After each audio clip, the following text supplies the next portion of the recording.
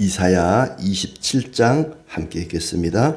그 날에 여호와께서 그의 견고하고 크고 강한 칼로 날렘 뱀 리워야단 곧 꼬불꼬불한 뱀 리워야단을 벌하시며 바다에 있는 용을 죽이시리라. 그 날에 너희는 아름다운 포도원을 두고 노래를 부를지어다. 나 여호와는 포도원 지기가 됨이여 때때로 물을 주며 밤낮으로 간수하여 아무든지 이를 해치지 못하게 하리로다. 나는 포도원에 대하여 노함이 없나니 찔레와 가시가 나를 대적하여 싸운다 하자 내가 그것을 밟고 모아 불사르리라. 그리하지 아니하면 내 힘을 의지하고 나와 화친할 것이니라. 후일에는 야곱의 뿌리가 박히며 이스라엘의 움이 돋고 꽃이 필 것이라. 그들이 그 결실로 지면을 채우리로다. 주께서 그 백성을 치셨던들 그 백성을 친 자들을 치심과 같았겠으며 백성이 죽임을 당하였던들 백성을 죽인 자가 죽임을 당함과 같았겠느냐. 주께서 백성을 적당하게 견책하사 쫓아내실 때에 동풍 부는 날에 북풍으로 그들을 옮기셨느니라.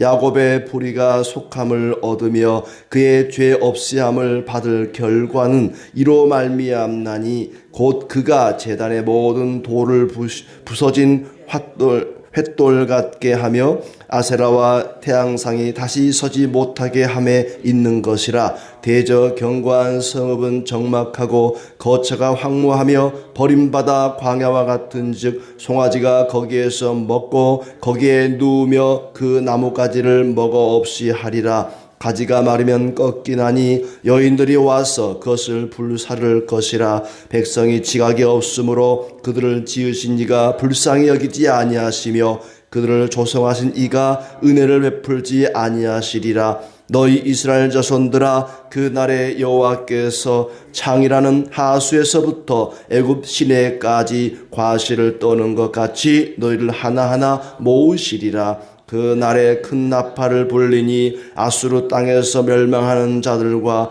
애굽 땅으로 쫓겨난 자들이 돌아와서 예루살렘 성산에서 여호와께 예배하리라. 아멘. 오늘도 주님의 은혜가 가득하기를 진심으로 축복합니다. 하나님께서 심판을 말씀하시는 중에 담비와 같이 은혜와 구원과 위로의 말씀을 하고 있습니다. 아수르는 망할 것이다. 그러나 유다는 예루살렘은 구원할 것이다 하는 얘기입니다. 이스라엘이 아수르와 대항하던 그런 시기의 말씀입니다. 아수르가 북이스라엘을 점령하고 남유다까지 몽땅 집어삼키고 예루살렘만 겨우 남아서 포위하고 또 예루살렘 안에서는 왕과 백성들이 그들로 인하여서 두려워 떨고 또 대항하던 그런 시기에 주어진 말씀입니다. 아수르도 결국은 망할 것이다 하는 얘기죠. 하나님께서 포도원 지기의 노래를 가르칩니다. 이스라엘을 돌보는 하나님의 노래라고 할 수 있는데 먼저 심판에 대한 이야기를 합니다.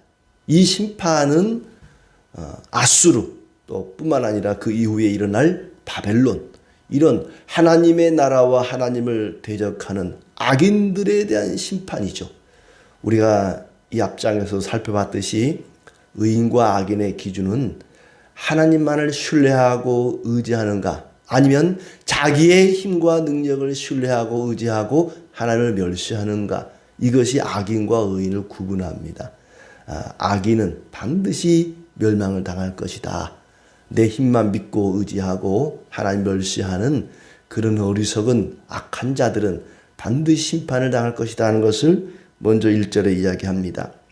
그 날에 여호와께서 그의 견고하고 크고 강한 칼로 날렘 뱀 리워야단, 꼬불꼬불한 뱀 리워야단을 벌하시며 바다에 있는 용을 죽이시리라 그랬습니다. 그 날이 오면, 그 날에 그랬습니다. 심판의 때가 오면 그런 얘기죠. 하나님께서 심판하는 그런 날이 오면은 아주 강하고 견고한 칼로, 이 강하고 견고한 칼은 하나님이 쓰시는 도구가 되겠죠. 바벨론을 통해서 아수르를 쳤다면 아수르가 그 칼이 될 것이고, 나중에 고레스 왕 또 메데 파사가 그들을 쳤다면 그들이 또 이 칼이 될 것이고. 근데 누구를 치느냐? 꼬불꼬불한 뱀, 달렘 뱀을 벌하신다. 처치하며 그랬습니다. 바다의 악어, 용을 바다의 악어라고도 표현하는데, 하나님을 대적하는 모든 세력을 일컫는 이 얘기입니다. 그런데 왜 꼬불꼬불한 뱀이라고 표현하는가? 이 아수르나 또 바벨론이나 애굽도 마찬가지고 큰 강들이 흐릅니다. 애굽에는, 이집트에는 나일강이 크게 흐르고 있죠. 또 아수르 쪽은 티그리스 강, 유프라테스 강, 이런 강들이 막 흐른단 말이죠. 그런데 이 강들을 하늘에서 내려다보면은 꼬불꼬불한 뱀처럼 생긴 거예요. 그래서 꼬불꼬불한 뱀, 가까이서 보면은 그렇게 보이지 않겠지만은 저 하늘에서 내려다보면은 이게 구불구불한 강이라는 게 그렇게 굽이굽이 돌아가잖아요. 꼬불꼬불한 뱀, 그 말은 이런 애굽 같은 또 아수르 같은 큰 강을 끼고 있는 대국들, 대제국들을 가리키는 거죠. 그들이 하나님을 멸시하고 대적하고 하나님 백성들을 괴롭히고 이런 악한 나라였단 말이죠. 그들이 심판을 당할 것이다. 하나님이 강하고 견고한 칼로 그들을 벌하시고 또 용을 죽이시리라. 이 용은 느부갓네살 왕 같은, 과거의 바로 같은 그 악한 세력들의 우두머리라고 할 수가 있겠죠. 자, 그렇게 그들이 심판을 당하고 벌을 당하는 날에, 그 날에 너희는 예루살렘 거민들을 가리키겠죠. 예루살렘은 아름다운 포도원이 될 것이다. 그 아름다운 포도원을 두고 이 노래를 불러라 하면서 노래를 가르칩니다. 아름다운 포도원이라. 왜 아름다운 포도원이라 그랬을까? 5장에 보면은 이스라엘을 가리켜서, 이 유다를 가리켜서 하나님은 이렇게 아름답게 보지 않습니다. 하나님이 포도원 지기가 되어서 포도원인 이 유다를 아주 아름답게 가꾸고 돌을 다 골라내고 망대를 세우고 이 술틀을 파고 아주 지극정성으로 돌보고 극상품의 포도를 심었더니 들포도를 맺었다. 상품 가치가 없는, 먹을 수도 없는 아주 못된 포도를 맺었구나 하면서 그 5장에서는 이 유다를, 예루살렘 백성들을 책망을 합니다. 너희가 아주 좋은 포도를 심었는데 이런 나쁜 포도를 맺었구나 하고 책망하는데, 여기 와서는 그 예루살렘을 가리켜서 아름다운 포도원이다. 아름다운 포도원을 향해서 노래를 불러라 라고 얘기합니다. 왜 그들이 아름다운 포도원이 되었을까? 아주 못된 포도원이었는데 하나님은 왜 아름다운 포도원이라고 부르는 것일까? 나 여호와는 포도원직이다.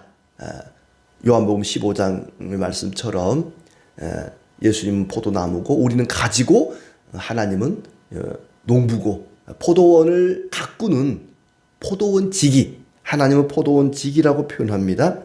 때를 맞춰 물을 주며 누구도 해치지 못하도록 밤낮 그 포도원을 돌보았습니다. 근데 5장에서는 그렇게 해서 극상품 포도를 심었더니 들포도를 맺어서 굉장한 배신감을 느꼈는데, 그러나 여기 와서는 이제 다음에 먼 훗날을 가리키는 거죠. 그 날이 오면 너희가 아름다운 포도원이 될 것이다. 나는 포도원에게 노여워할 일이 전혀 없다. 노여워하지 않겠다. 5장에서는 노여워했었죠. 배신감을 느꼈죠. 그러나 여기서는 포도원에 대하여 노함이 없나니 찔레와 가시가 나를 대적하여 싸울지라도 내가 그것들을 모조리 불살라 버리겠다. 과거에는 찔레와 가시를 통해서 그 포도원을 괴롭혔었거든요. 그러나 이제는 그것들을 모조리 다 불살라 버리겠다. 너희가 열매가 없을지라도, 아무리 열매를 맺지 못한다 할지라도 너희를 여전히 돌보고 가꾸고 사랑하겠다 하는 얘기입니다.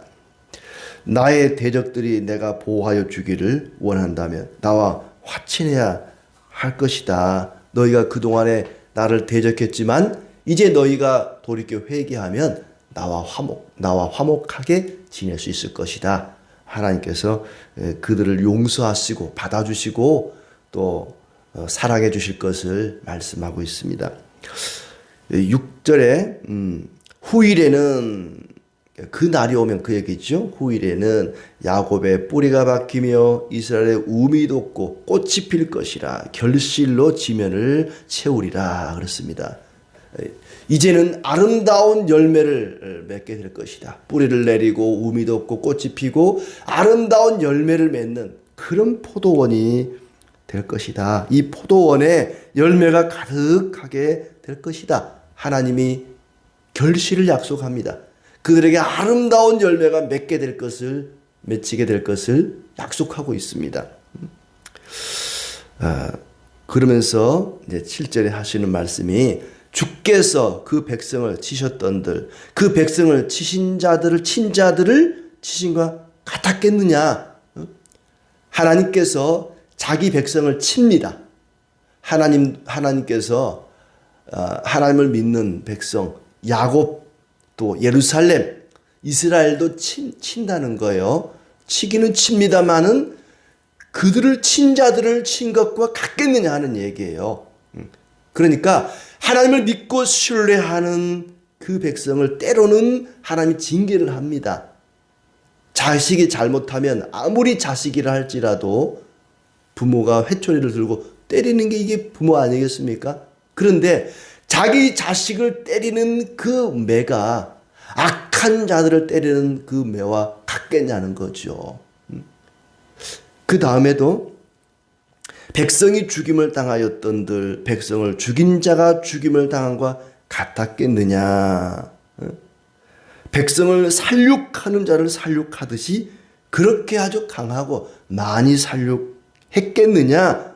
그렇지 않다는 거죠. 하나님께서 자기 백성을 치시기는 하지만 악한 자들을, 자기 백성을 괴롭히고 억압하고 하나님을 대적하는 자들을 치는 것과 같겠느냐. 그 강도가 다르다는 거죠. 그 세기가 다르다는 것입니다. 왜 내 마음을 몰라주느냐. 아버지가 자녀에게 하는 얘기처럼 내가 너희가 잘못할 때 때리긴 하지만 저 악한 자들을 때리는 것과 같겠느냐. 너희를 괴롭히는 저 강도를, 저 폭군을 치는 것과 같겠느냐. 결코 그렇지 않다. 하나님의 본심을 알아달라는 거죠. 주께서 인생으로 고생하고 근심하게 하는 것이 본심이 아니라고 예레미야가 3장 33절에 얘기합니다. 하나님께서 자기 백성을 때로는 때립니다. 칩니다. 고난을 주고 고통을 줍니다마는 그러나 악한 자들을 치는 것과 똑같지는 않다는 거예요. 하나님은 자기 백성을 치기는 치되 그들이 돌이켜 회개하라고 견책하십니다. 살살 때린다는 거예요. 겉으로 보기에는 똑같이 때리는 것 같지만 그 매의 강도가 힘이 다르다는 거죠. 이스라엘을 포로로 보내 적당히 견책하시고 쫓아내셨다. 아수르와 이 악한 자들을 때릴 때는 사정을 봐주지 않고 무자비하게 아수르나 애굽이나 아까 1절에 말한 것처럼 아주 강하고 견고한 칼로 그들을 벌하시지만 자기 백성 이스라엘을 때릴 때는 견책한다는 겁니다. 그들이 돌이켜 회개하도록 살살 때린다는 거죠. 이스라엘은 속상해하고 또 고통스러워하고 왜 하나님, 우리를 하나님 백성이라 하나님 자녀라고 하면서 이렇게 때리십니까? 라고 말하지만은 하나님께서는 더 가슴 아파하면서 때린다는 거죠. 부모가 자녀를 때리면 맞는 사람도 아프지만 때리는 사람도 아픕니다. 자식을 때릴 때 기분 좋게 즐거운 마음으로 때리는 부모가 어디 있겠습니까? 맞는 자식보다 때리는 부모가 더 가슴이 아프지 않겠습니까? 하나님의 마음이 마치 그와 같습니다. 그렇게 함으로써 야곱은 죄악의 사함을 얻고 죄를 용서받고 우상을 부수고 다시는 우상을 세우지 않게 될 것이다. 9절 말씀에 야곱의 불의가 속함을 얻으며 그들의 그 죄악이 속함을 얻게 된다는 거죠. 그의 죄 없이함을 받을 결과는 이로 말미암나니 하나님이 그 견책하심으로 말미암아 하나님이 때리심으로 말미암아 하나님의 징계와 그들이 당하는 고통으로 말미암아 그들이 회개하고 돌이키면 불의와 죄악을 용서받게 되는 것이다. 그리고 다시는 우상을 섬기지 않고 우상을 다시 세우지 않게 될 것이다. 하나님이 그들을 견책하는 이유가 거기 있다는 것입니다.